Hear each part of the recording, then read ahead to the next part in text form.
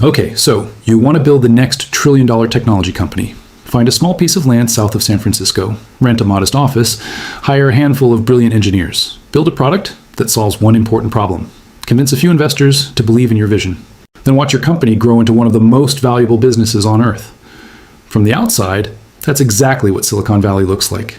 A place where ordinary garages become billion-dollar headquarters, where college students become CEOs, where tiny startups become global empires, and where fortunes are created faster than almost anywhere else on the planet. Every year, thousands of ambitious entrepreneurs arrive with one dream: to build the next Apple, the next Google, the next NVIDIA, the next Meta, or perhaps the next company that nobody has even imagined yet. At first glance, it almost feels like Silicon Valley has discovered a formula for manufacturing billion-dollar businesses. New startups appear every week. Investors write checks worth millions of dollars. Artificial intelligence companies raise funding at record speed, and technology valuations continue reaching extraordinary heights. Some of the largest companies in human history all trace their origins back to the same relatively small region in Northern California. Apple, .Google, .Intel, .Cisco, .Netflix, Meta, Adobe, .Oracle, .Nvidia, .PayPal, LinkedIn, Airbnb, Uber, OpenAI as the largest strategic partners, and hundreds of other companies that quietly shape the digital economy every single day. Collectively, companies born inside Silicon Valley are worth well over $20 trillion. If Silicon Valley were its own country, its technology companies would represent one of the largest economic powers on Earth. The world's biggest investment funds compete to finance businesses there. The world's smartest engineers compete to work there. The world's largest technology conferences happen there. Even governments carefully study what happens inside Silicon Valley because innovations created there often influence the entire global economy. Naturally, a simple question begins to emerge. Why there? Why did one relatively small region become the center of global technology while thousands of other cities never came close? Was it luck? Was it geography? Was it government support? Or did Silicon Valley quietly build an economic machine, unlike anything the world had ever seen? Because here's something that surprises almost everyone. Silicon Valley isn't rich because it has the most technology companies. Technology companies exist all over the world. Brilliant programmers live in Europe. Exceptional engineers work across Asia. Innovative founders launch startups in Africa, South America, and the Middle East. Talent isn't exclusive to California. Ideas certainly aren't. So why do so many of the world's largest technology businesses continue emerging from the exact same place? The answer begins long before Apple sold its first computer. Long before Google indexed its first website, long before Facebook connected billions of people, and even before the internet existed. The story actually begins with something much smaller, a piece of silicon, one of the most common elements found on Earth, an ordinary material that eventually became the foundation of the digital revolution. During the 1950s, engineers discovered that silicon could be transformed into tiny electronic components capable of controlling electricity with extraordinary precision. Those components became transistors. Transistors became microchips. Microchips became computers. Computers became smartphones, artificial intelligence, cloud computing, electric vehicles, robotics, modern finance, and nearly every technology that now powers everyday life. But silicon alone didn't create Silicon Valley. Many countries could manufacture semiconductors. Many universities produced talented scientists. Many governments invested in research. Yet only one region managed to combine talent, capital, entrepreneurship, and relentless innovation into an ecosystem that continually creates global technology leaders. That's because Silicon Valley doesn't simply build products. It builds companies. Every successful startup attracts investors. Those investors fund the next generation of entrepreneurs. Experienced founders become mentors. Early employees leave successful companies and launch businesses of their own. Engineers become CEOs. CEOs become investors. Investors become advisors. Knowledge circulates. Capital multiplies. Success continually feeds new success. The ecosystem begins strengthening itself. Think about it like planting a single tree. One healthy tree produces thousands of seeds. Some never grow. Some become ordinary trees, but a few become forests. Silicon Valley works in almost exactly the same way. Every billion-dollar company creates hundreds of experienced engineers, executives, and investors who eventually leave to build something new. The result is a business ecosystem that has been compounding for more than 70 years, and that creates one enormous competitive advantage. Every new entrepreneur arrives surrounded by people who have already built companies worth billions of dollars. Advice is everywhere. Investment is everywhere. Talent is everywhere. Opportunity is everywhere. That's something money alone cannot easily reproduce. Many countries have invested billions trying to build their own Silicon Valley. Some created massive technology parks. Others offered generous tax incentives. Many built world-class universities. Yet very few managed to recreate the same entrepreneurial engine, because the real product of Silicon Valley isn't technology, it isn't software, it isn't artificial intelligence. The real product is something far more valuable. It manufactures companies, and that changes everything. Because once you understand what Silicon Valley is actually producing, you begin seeing why investors continue pouring hundreds of billions of dollars into one small region that has repeatedly reshaped the modern world. The real business has only just begun. So how does Silicon Valley actually make money? Most people assume the answer is simple. Technology.software, artificial intelligence, smartphones, search engines, social media. But those are only the products. The real business operates much deeper than that. Because Silicon Valley doesn't simply sell technology, it sells ownership. Every successful startup begins with a simple idea. A few engineers write code, build a prototype, launch a product. Then something remarkable happens. Instead of borrowing money from banks like ordinary businesses, they sell tiny pieces of ownership. Investors don't lend, they invest. In return, they receive equity. If the company succeeds, that small percentage can eventually become worth billions of dollars. This is where venture capital completely changes the rules of business. Imagine two entrepreneurs building identical software companies.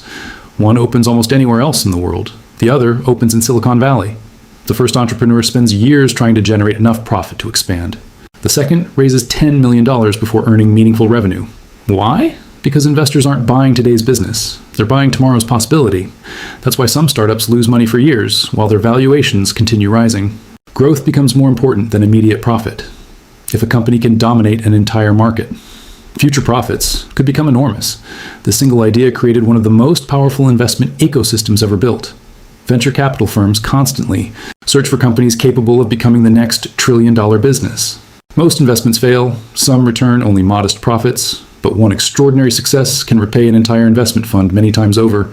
That's exactly what happened with companies like Google, Facebook, Uber, Airbnb, NVIDIA, and countless others. One winning investment often covers dozens of unsuccessful ones. Silicon Valley accepts failure because, statistically, innovation rewards the few companies that achieve massive scale. This creates a cycle unlike almost any other industry. Successful founders become wealthy. Right. Many retire, but instead of leaving the technology world, they become angel investors. Now they're financing the next generation of entrepreneurs. Former Google employees fund new startups. Former PayPal executives launch entirely new companies. Former Apple engineers build artificial intelligence businesses. Knowledge never leaves the ecosystem. It simply changes owners. Capital behaves the same way. Money earned from one successful company immediately begins financing another. Every acquisition creates new millionaires. Every IPO creates new investors. Every successful exit strengthens the entire ecosystem. Then comes one of Silicon Valley's greatest advantages: universities. Stanford University, the University of California, Berkeley, and dozens of nearby research institutions continuously produce highly skilled graduates. Many don't search for ordinary jobs. They launch companies. Professors become founders. Students become CEOs. Research papers become billion-dollar businesses. Entire industries begin inside university laboratories before eventually reaching customers across the world. But education alone isn't enough. Talent needs capital. Capital needs opportunity. Opportunity needs customers. Silicon Valley somehow concentrated all three into one location, then added something even more valuable: competition. Thousands of startups compete every single day. Some disappear within months. Others survive long enough to attract funding. A handful become global leaders. That intense competition forces companies to innovate faster than almost anywhere else. Standing still isn't an option. If one company fails to improve, another startup is already building something better. This relentless pressure explains why technology evolves so quickly. Every breakthrough inspires another. Every innovation creates entirely new industries. Cloud computing enabled modern software businesses. Smartphones created the app economy. Artificial intelligence is now creating another technological revolution. Each wave produces new billion-dollar companies, and every wave attracts even more investment. Then comes the public stock market. When companies finally become large enough, they launch an initial public offering, better known as an IPO. Ordinary investors can now buy shares. Early employees finally sell stock accumulated over many years. Founders become billionaires. Venture capital firms realize enormous returns. Billions of dollars flow back into Silicon Valley, only to begin the cycle again. Google followed that path. Meta followed it. NVIDIA followed it. Dozens of others continue joining them. But not every company reaches that stage. Some are acquired instead. A promising startup develops groundbreaking technology. A larger company notices, Apple buys it, Google buys it, Microsoft buys it, Amazon buys it. The founders receive enormous payouts. The investors earn impressive returns. The acquiring company strengthens its competitive advantage. Everyone inside the ecosystem immediately begins building something new. Another company, another product, another opportunity. This constant recycling of talent and capital is one of Silicon Valley's greatest hidden strengths. But despite the billion-dollar exits, the extraordinary headquarters, and the seemingly endless flow of investment, Silicon Valley operates under enormous pressure. Because behind every billion-dollar success story are thousands of companies that quietly disappear. Investors know it, founders know it, employees know it. Failure isn't the exception. It's built directly into the business model, and that's exactly what makes the companies that survive so extraordinarily valuable. Because surviving Silicon Valley means defeating one of the most competitive business environments ever created. Then comes the question almost nobody asks.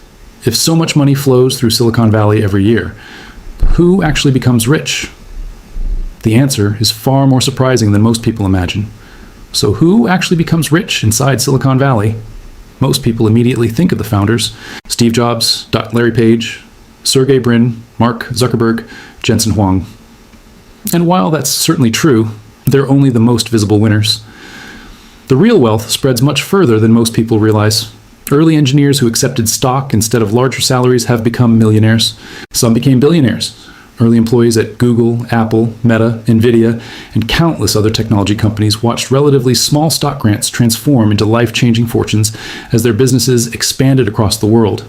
Then come the venture capital firms. Companies like Sequoia Capital, Andreessen Horowitz, Kleiner Perkins, Accel, and Benchmark built their fortunes by investing long before anyone else believed. A startup worth $5 million today could become worth $500 billion 20 years later.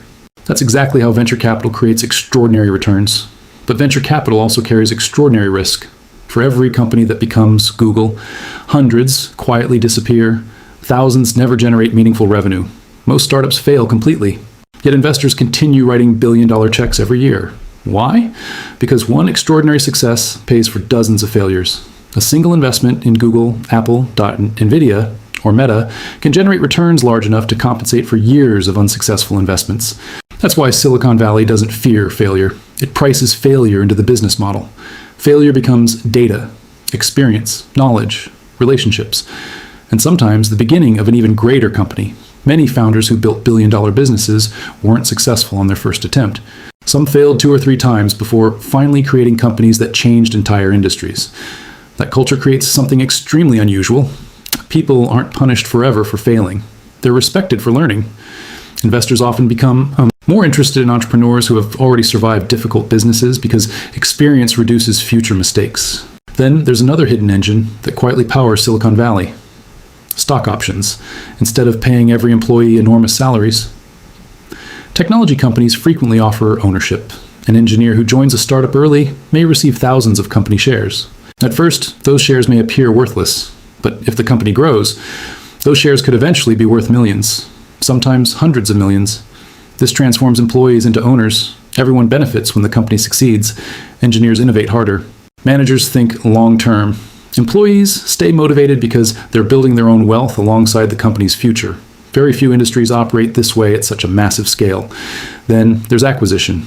Not every startup dreams of becoming the next Apple. Many founders have another objective: build something valuable enough that Apple wants to buy it, or Google, or Microsoft, or Amazon. Large technology companies constantly purchase smaller startups. Sometimes they're buying brilliant engineers, sometimes groundbreaking software, sometimes valuable patents, sometimes an entirely new market. A company may operate for only 5 years before being acquired for several $billion. The founders become wealthy. Employees benefit from stock options. Investors receive substantial returns. And the cycle begins all over again. But Silicon Valley's influence extends far beyond California. The smartphone in your pocket, the cloud services storing your photos, the artificial intelligence answering your questions, the navigation system inside your car, the payment systems processing online purchases, the streaming platforms delivering entertainment, the cybersecurity protecting global businesses. Much of the modern digital economy was either created, funded, or heavily influenced by companies that emerged from this single region. That's why Silicon Valley isn't simply a location. It's infrastructure for the modern world, but maintaining that position has become increasingly difficult. Housing costs continue rising. Office rents remain among the highest anywhere. Competition for engineers is intense. Artificial intelligence specialists now command salaries reaching hundreds of thousands of dollars every year. Some companies spend more recruiting employees than many businesses spend developing products at the same time. Other technology hubs are rapidly expanding. Austin, Seattle to New York, London, Singapore, Bangalore, Tel Aviv, Shenzhen, Dubai. And many others now compete for entrepreneurs, investors, and global talent. Remote work has made geography less important than ever before. A startup no longer needs to be physically located inside Silicon Valley to reach customers worldwide. Cloud computing allows companies to operate globally from almost anywhere. Artificial intelligence accelerates software development. Video conferencing connects investors with founders across continents. For the first time in decades, Silicon Valley no longer has a complete monopoly on innovation. Yet despite all these changes, it continues attracting extraordinary talent, because its greatest competitive advantage isn't office buildings, it isn't weather, and it isn't tax policy, it's momentum. More than 70 years of accumulated experience. Relationships, capital knowledge, mentorship, engineering talent, research institutions, and entrepreneurial culture. Every generation of successful founders trains the next. Every billion-dollar exit creates thousands of experienced entrepreneurs. Every successful startup inspires another. The ecosystem keeps reinforcing itself, almost like compound interest. Small advantages repeated over decades eventually become almost impossible to replicate. That's exactly what happened here. Silicon Valley didn't become the richest place on earth overnight. It compounded knowledge, capital, innovation, and ambition for more than half a century. Today, its companies influence how billions of people communicate, work, shop, travel, learn, invest, and even how artificial intelligence is shaping the future. So, why did Silicon Valley become the richest place on earth? Not because it had the smartest people. Brilliant minds exist everywhere. Not because it had unlimited money. Capital follows opportunity. And not because it was lucky. Luck may create one successful company. It cannot create thousands. Silicon Valley became extraordinary because it built an ecosystem where talent meets capital. Ideas become companies. Companies create wealth funds. Innovation creates the next generation of global businesses. It transformed entrepreneurship into a self-sustaining economic engine. And that's the real secret behind Silicon Valley. It doesn't manufacture smartphones. It doesn't manufacture software. It doesn't even manufacture artificial intelligence. It manufactures opportunity. Because somewhere inside a small office, a university laboratory, or even a garage, another entrepreneur is already working on an idea that could become the world's next trillion-dollar company. And if history has taught us anything, it's that the next revolution rarely looks extraordinary in the beginning, until one day it changes the entire world.